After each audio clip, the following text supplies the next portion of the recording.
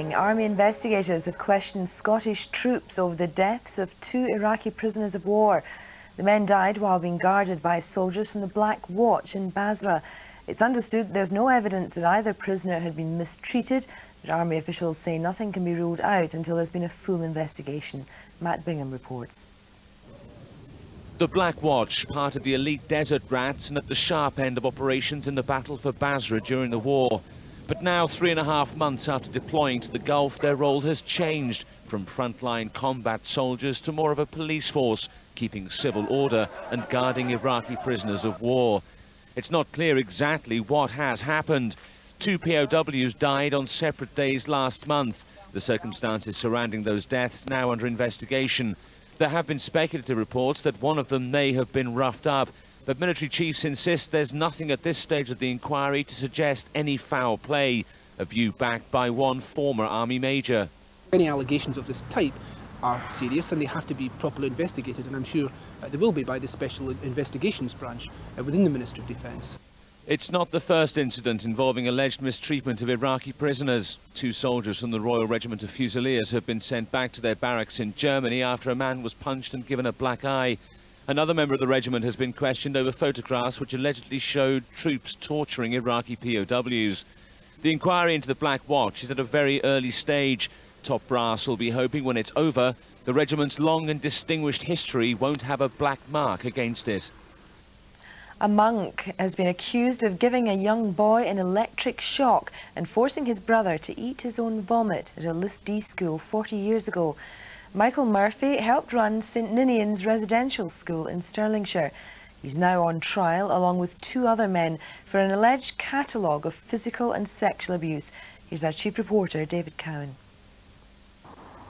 St Ninian's List D School was based in what is now Gartmore House in Stirlingshire. It was run by monks in the De La Salle order. Today, one former resident claimed their regime had been brutal. 3 men have been accused of physically and sexually abusing boys at St Ninian's in the 1960s and 70s. Then known as Brother Benedict, Michael Murphy is 69 and lives in Hampshire. He faces 14 charges alleging physical and sexual abuse. Charles McKenna is now 83 years old and is from Stirling. He's denied 8 charges, including indecency and assault. The third accused is James McKinstry, who's 70 and lives in Port of Monteith, Stirlingshire. He faces 5 charges of indecency and sexual assault. Today, the High Court heard evidence from a series of men, now in their 40s and 50s, but young boys at the time. An unemployed labourer told the court that when he was 12 years old, he was assaulted by Brother Benedict in the school dining hall. He said he was then dragged by the back of the neck to another room, where the monk produced a brown box that had wires and steel battens. He said the monk told him to hold on to the steel battens and turned a switch. He then received an electric shock and fell to the floor. The labourer said Brother Benedict also whipped him with shoelaces tied together to form a cat-o'-nine tails. His brother told the court the monk had forced him to eat his own vomit. Defence lawyers accused the men of making up or exaggerating their claims. One admitted that he's launched a compensation claim for £50,000. The trial is expected to last for up to 4 weeks.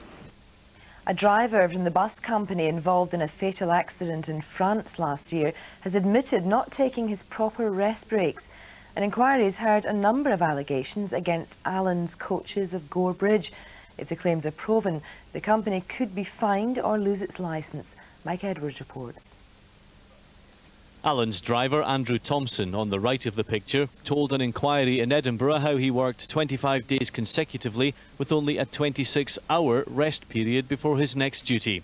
The traffic examiners who are looking into the practices of the Gore Bridge firm run by William Allen and his son David say Mr Thompson was a danger to himself, his passengers and other road users. The examiners say it was the worst example of an abuse of time regulations they'd ever seen. Another Allen's driver, Ian Poole, said David Allen would hand out the jobs at the beginning of each day, knowing full well they could not be carried out legally. Agent for the traffic examiner, Mark Lindsay, said it was the driver's job to do the work, whether it was legal or not. I can't comment on that, said Mr Poole. An Allen's bus crashed near Dijon last year, killing Largs Academy schoolgirl Catherine Fish and injuring several others. The French authorities are still looking into the accident. Traffic examiners allege more than 300 breaches of the rules governing drivers' hours and working practices. The allegations centre around 21 drivers who are accused of falsifying tachograph records and unaccounted journeys and rest breaks. The inquiry is before the Scottish Traffic Commissioner Joan Aitken, who has powers to revoke a company's licence, suspend the licence for a period of weeks or months, or restrict the number of vehicles it can operate. The inquiry continues. Mike Edwards. Sexual health infections in Scotland are now more common than the flu.